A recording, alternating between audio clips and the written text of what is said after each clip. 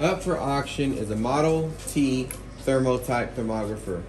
It's gone through minimal inspection, but we are going to show you that it is in fact turning on and operating.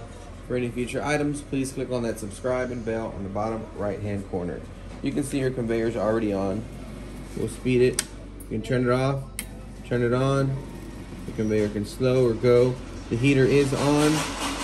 We're going to show you that the vibrator's working right here.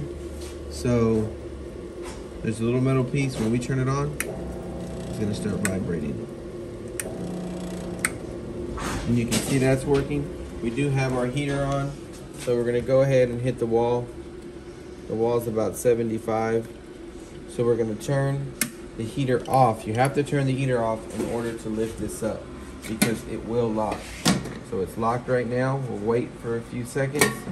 It still's not going to let you. It's because it's hot, so it's a safety mechanism. There we go. Now we can lift up. So it's very hot. We're going to go ahead and hit it at 600, 700.